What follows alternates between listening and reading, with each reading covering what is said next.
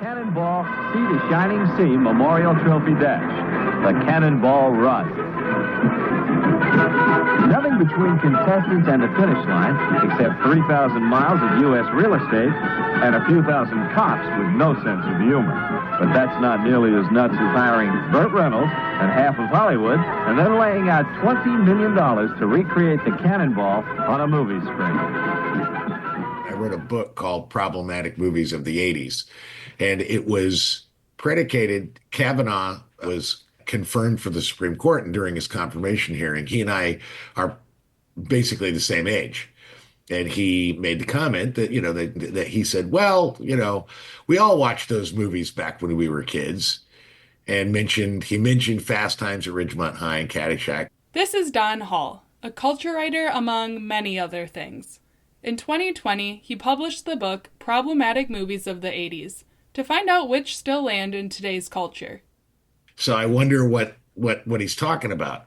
And so I started thinking about all the movies that I really loved when I was in the 80s, when I was coming of age, like I was a freshman in high school in 1980, and so I graduated college in 89. So that kind of, what were the movies that I thought were hysterical, that I just, in looking back, fondly went, God, I love those movies.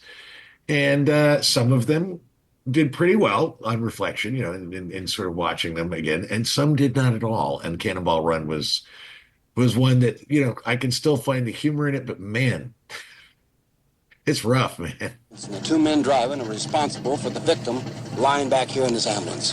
Victim? A flasher victim. They're dressed as priests. Go on. Well, I guess they think it's a little kinkier, dressed as priests. God damn, that's sick.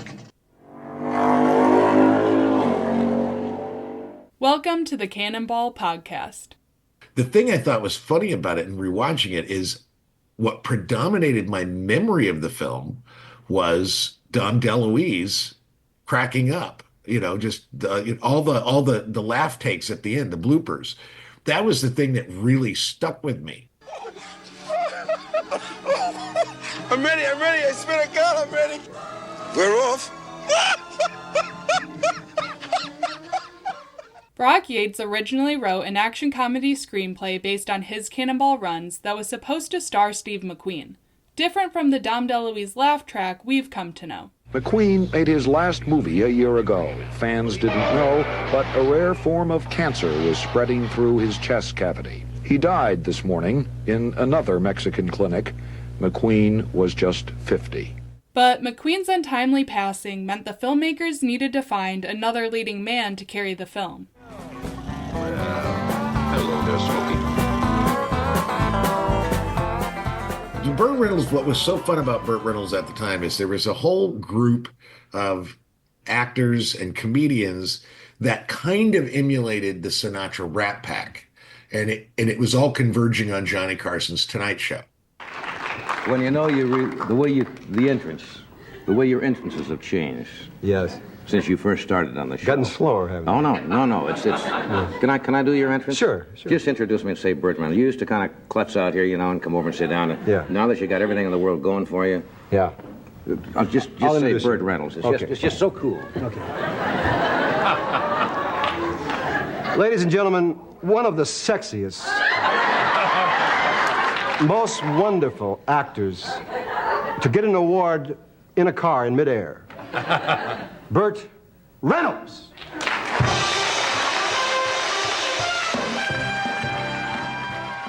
So he was just this personality that was tons of fun. And he was with Sally Field, and Sally Field at the time was super popular. She was just everybody loved Sally Field. And so by the time he got to the Cannonball Run, he was a star. He was the Matthew McConaughey of his day. He was just super popular. Reynolds may have seemed like an obvious choice from the beginning, but he was trying to leave his Smokey and the Bandit days behind him and move on to more serious roles. Take your hands off me. Put your hands on me. I'm sorry I called you my friend. You're not my friend. You're my... Things didn't go exactly as planned. But hey, for 5 weeks of work and a $5 million paycheck, Burt Reynolds said yes to the Cannonball Run, making it a record deal at the time. The try to make a movie about the race, and suddenly you're talking 20 million big ones. A huge chunk of it just to support hundreds of cast and crew members on location in Georgia and in California. When we agreed to do this picture together, I said to Hal, this is it. This is our swan song together with me in a car driving over 35 miles an hour. And so if we're going to do it, let's do it bigger and grander and faster and better than we've ever done it before. We just set out to have a hell of a lot of fun. Not only did the movie get Burt Reynolds, but his whole crew of Hollywood friends, too. I said, look, I got this movie I'm going to do, and we have this crazy chic, and we'd like for you to play it. So I said, oh, my, that's fantastic. And I had known Burt Reynolds before anyway. This is Jamie Farr being interviewed for the Archive of American Television. He is one of the many actors like Dom DeLuise and Farrah Fawcett who Reynolds brought onto the movie. We went on location. Hal Needham was the director. And the names that were in that movie, Roger Moore, Dean Martin, and Sammy Davis, and Dom DeLuise. Again, that Rat Pack thing. I mean, all of these actors that were very, very popular in the early roasting days and in the Johnny Carson days. And it was sort of like Burt was the young guy that was bringing them all some work. And so it had that sort of mad world feel about it. He could say that. He could say that because he's riding around with the Goodyear blimp. Goodyear blimp? He can say that. He can say that. I can say that. Because if I had the time, I would take those rosary beads and stuff them up your nose. These rosary beads? Yeah. My rosary beads? Yeah. You shove them up this nose? Up that nose, yeah. And you'd go to dailies, and everybody'd have drinks sitting there watching. Who invites you to the dailies? Usually they don't want you to see them at all. We'd all be in there laughing and having drinks. They were, they were just older guys. They just, the sense of humor, and part of that was because the 70s, you had late 60s, early 70s, we had massive civil rights work. You had a big, hefty push of feminism coming into, the anti-abortion, the pro-choice movement. All of that was coming in. And these guys just didn't fit that. They just weren't a part of that kind of zeitgeist. And so they kind of got left behind. So when Burt was like, hey, I'm on the Tonight Show with you guys, and I think you're funny. Let's get you in this movie. So yeah, they were a little past their prime.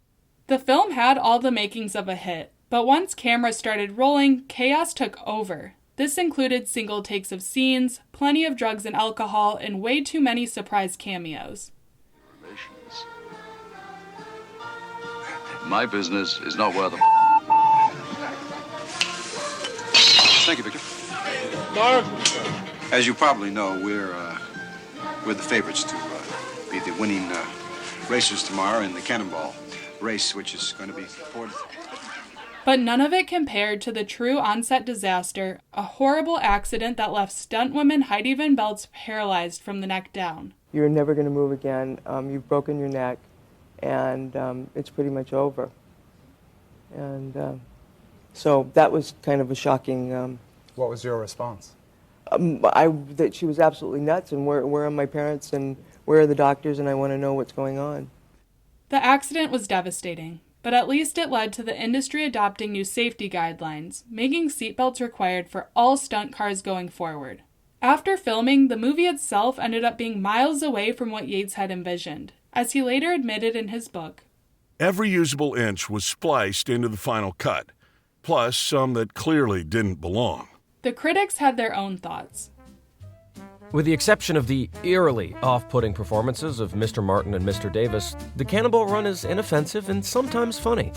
Because there are only a limited number of variations that can be worked out on this same old highway race, don't bother to see it unless you're already hooked on the genre.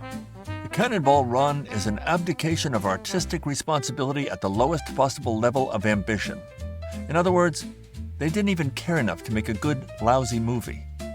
Full of terribly inside showbiz jokes and populated by what could be called Burt and Hal's Rat Pack, the film takes place in that redneck Never Land where most of the guys are beer-guzzling good old boys, and all the gals are fabulously built tootsies.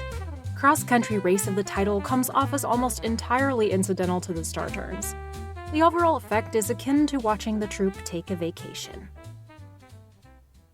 It's safe to say the Cannonball Run movie wasn't a critical success. but it still grossed over $11 million in its opening weekend and was one of the largest films of 1981. One of the things, and I remember I want to say even the early 90s, I don't even know, the sense of humor of the world. I remember being at Second City and then in Comedy Sports on IO. And one of the things I can look back on there is like we did all kinds of what today would be considered completely taboo racist stereotypes. It was just we would do Comedy Sports, we would do like, here's the reggae, and we would do the reggae. And it was exactly what Dan Aykroyd did in Trading Places. That was just movies, television, everything.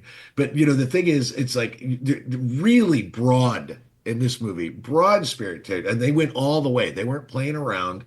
In case you haven't seen it, the film is absolutely chock full of racial and sexist stereotypes. You have Jackie Chan, and Jackie Chan is the Japanese driver, and he's got his horny assistant, and he drives a computerized car.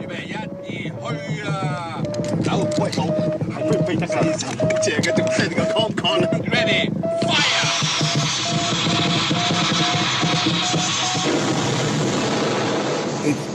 It's pretty outrageous. I mean, when you look at the time, everybody thought it was hysterical, but it's not so hysterical anymore. I say everybody. Most of the white people thought it was hysterical. Perhaps the Asian people didn't find it hysterical. Jamie Farr, who was famous for MASH, was this Arab sheik with multiple wives and a Rolls Royce, and of course camels. That was 6 lamb burgers, 4 shish kebabs, a side order of couscous, and 2 milk. No, how much? $6.75. Here, my desert blossom. Give the change. You had Adrienne Barbeau, who was, Adrienne Barbeau was known for her giant chest. And the whole bit was that she's driving, and every time she gets pulled over, she unzips her and shows her cleavage. And the cops go, and then, it's very Looney Tunes in that way. And then she finally gets pulled over by Valerie Perrine, also a woman with a very large chest, who then books her because, you can't impress she who is already impressive.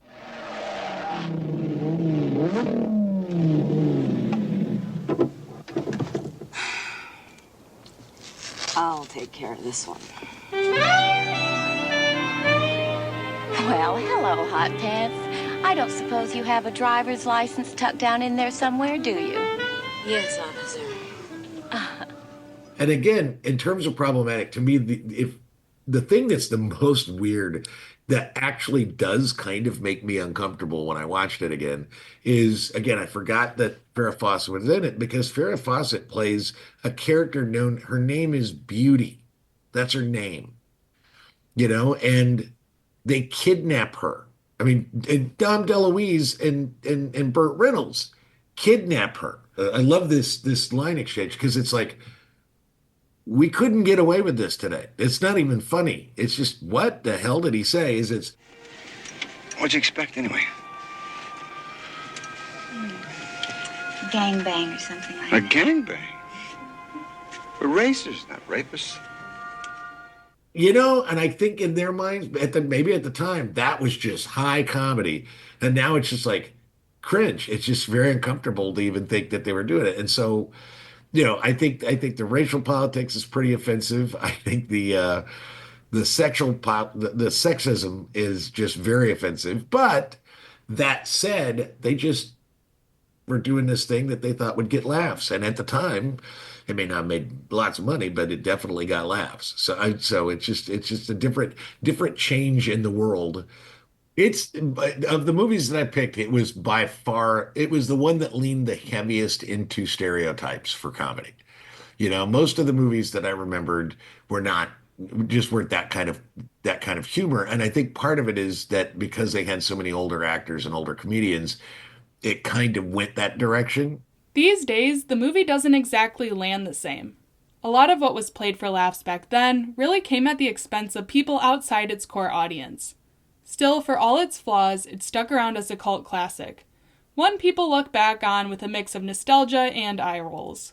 And I think part of it is we get attached to these things. It's sort of like the idea that the music that we will listen to the most fondly the rest of our lives is the music when we came of age. You know, when we're in our teens, becoming young adults, that's the music we will listen to for the rest of our lives. And we will always look at everybody else's music and go, just not as good, just not as good as Journey, you know, whatever it is. And I think that is natural. And I think our attachment to certain films, especially from that time in our lives, is infected by a certain amount of nostalgia. And like I said, you know, like, most of these movies I can go, yeah, take them or leave them. I loved them when I was a kid. I think relitigating the past is often a waste of time, but I think looking at the past and looking at what people thought were important and what they thought were funny and what they weren't allowed to say and what they weren't allowed to do is interesting to see how we have evolved as a society. So I guess when I look back and I go, well, that's what we were like then. But we're doing better now, so that's good. That's progress. That makes me feel pretty good. Doesn't bother me they did it then. I don't, you know, it's not like they're dead. You know, I can't pull them over. I can't pull them over and give them a ticket. They're gone. But they left this film, so I can go, okay, this is what they thought was important, and that's very different than what I think is important. So how do you square that circle? That's part of the fun. This wasn't the movie Brock Yates had in mind to define his Cannonball legacy, but it's the one that did. I value the written word. I value good screenplays. It's not a good screenplay. It's not a screenplay, really. It's not terribly well filmed. It's just like a bunch of these guys just kind of jerking around, having a good time. That seems to be a Burt Reynolds sort of that vibe at that point. He was so big, he could do anything he wanted. Hal made him do anything he wanted, and Brock Yates kind of got left in the idea chain. I had an idea because this is my life. And they went, oh, well, we like this better.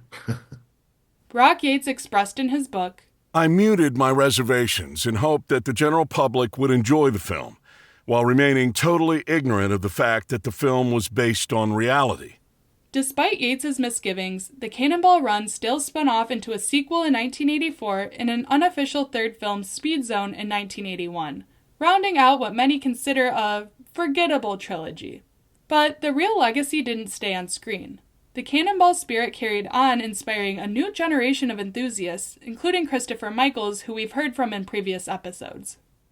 The Cannonball Run movie as a piece of art, as silly as it is, as irreverent as it is, it's not Oscar material in regards to everything, but as a piece of art, 50 years later, you know, this movie inspired people. There are people to this day that risk going to jail or crashing just to emulate what we saw in that movie. People build wildly expensive tribute cars to the ones in the movie. You know, as a piece of art, the Cannonball Run has touched more people and had a longer lasting legacy than many other like famous pieces of art, I might argue. But, you know, from a crazy race in a magazine to that same writer helping out with the script for a crazy car movie to doing another crazy race together and then making an even crazier car movie. That was such a fantastic evolution. But Yates's time with the Cannonball was winding down. Even though plenty of people wanted another race, he just couldn't justify it anymore. He later tried to capture that same spirit by creating a new sanctioned event called One Lap of America. But it isn't quite the same. The Yates era of the wild cannonball races ended with the 1979 run in the movie, for good reason. And there was going to be one in 1980, but then Brock's doctor, who was a great guy, I'm sure, but showed up with this really incredible Lamborghini Countach, which is actually the car in the movie. When the movie starts, you see this black Lamborghini racing across. That's the actual car. Headquarters, we are still in pursuit of the black Lamborghini. Car 42, you've been in pursuit for 2 hours. Another 5 minutes and you'll be in Arizona. Yeah, and we're going to stay in pursuit until we catch him. Turns out it wasn't actually Brock's doctor. According to Yates's book, it was Terry Bernius, the successful Florida contractor and 1979 cannonballer. Still, the point stands. And this doctor who did not have really any driving experience, but just had access financially to a really fast car. He was like, yeah, I'm going to do it. I'm going to smash the record. And like Brock just kind of looked up and he realized that he had created something that was maybe getting a little dangerous. You know, people, it started as something he did with a bunch of other automotive journalists and race car drivers, people who drove professionally, who were genuinely skilled drivers, knew what they were doing. Everything had been safe up to this point. And he just kind of looked up and just realized that, wow, you know, what I've created has grown, and now people are getting into this. People are doing their own runs. Things are happening. There's a few other events that aren't really related to Cannonball, but are kind of similar. And he realized that, you know, somebody's going to get hurt. And I think, you know, ethically, he felt that would have been on him. And he pulled the plug on it. And that was the end of his Cannonball. The next year, of course, somebody picked up a new race called U.S. Express, and it did run, and with similar people. More on the U.S. Express next time. I don't care because you're gonna get slapped. I always wanted to be Captain America. It's a living. Oh, I'm so sorry. He left first. Mr. Martin left first. Why were you laughing? Well, because he left and you hit me.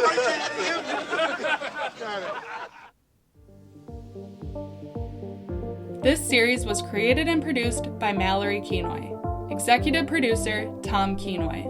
Voice actors Sienna Garrison, Wynn Manning, Rob Reed, and Donovan Wolfington via Voice 123. To the Cannonball community, past and present, thank you for keeping the legend alive and proving that tradition and responsibility can share the same road. Special thanks to our Patreon supporters for helping make this project possible. An extra shout out to the Cannonball Sun Solar Car team, the ones who first sparked this journey. Select archival audio and materials were used under fair use for commentary and historical context. This series was inspired by the many stories, films, and records that have kept the legend of the Cannonball Run alive for generations. Music licensed through Foxy Music. Additional production support from Walter Garrity and Jay Roberts. Thanks for listening.